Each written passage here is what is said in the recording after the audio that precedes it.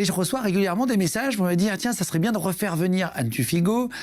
Anne Tuffigo parle aux défunts. En tout cas, tu entends des choses. Je ne sais pas si on dit parle ou entend. Tu as 3 ans d'attente pour avoir des rendez-vous avec toi. Donc, c'est-à-dire qu'il y a une très longue liste d'attente. Vous avez été très nombreux à nous écrire pour avoir des rendez-vous avec Anne.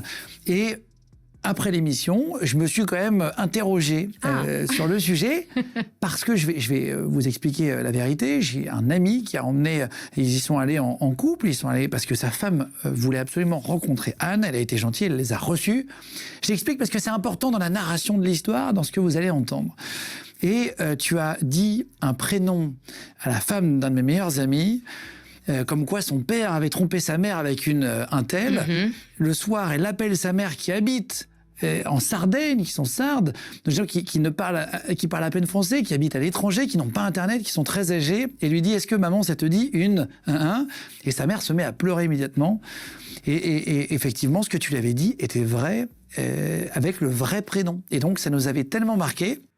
Je me suis dit que c'était vraiment important qu'on refasse une émission, si tu veux bien. Oui, et puis il y a eu des très beaux retours de gens qui ont osé aussi en parler autour d'eux, de sujets qui sont un peu tabous encore. Et tu avais l'extrait qui a beaucoup tourné. On avait parlé de Xavier Dupont de Ligonnès. Tu le voyais au Texas à l'époque. Oui. Donc du coup, tu es revenu quand il y avait Gilles Gallou, qui était l'enquêteur de la police à l'époque, de la gendarmerie, sur Xavier Dupont de Ligonnès. Et effectivement, il pense qu'il est au Texas.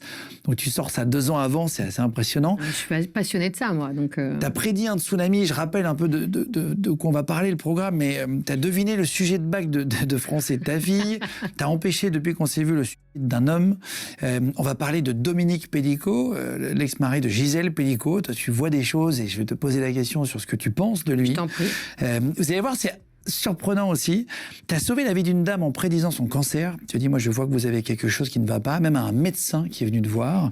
Et tout à l'heure, on aura l'une d'entre vous qui a vu l'émission, la première émission, et qui s'est inscrite ensuite, après l'émission, pour un rendez-vous avec Anne. Elle a fait un rendez-vous et on a fait un appel avec tes stories. Tu as dit si quelqu'un a envie de venir raconter. Et donc, elle s'appelle Stéphanie. Elle viendra sur le plateau dans un instant. Donc, on parle dans cette émission à ceux qui y croient, à ceux qui n'y croient pas. Ah oui. Comme moi, qui suis sceptique, même si j'ai été très intrigué, je l'avoue, par mon ami qui est venu te voir, la femme d'un de mes meilleurs amis, et c'est vrai que ça, depuis, je me dis quand même, tiens, j'y crois pas, mais c'est quand même bizarre son truc, c'est étonnant, c'est surprenant. Ouais. Mais moi, je viens d'une famille de cartésiens. Tout le monde est athée dans ma famille. Mon père, mon frère était militaire sur le terrain. Donc, je viens pas du tout d'un univers où on va dire amen à tout ce que je dis.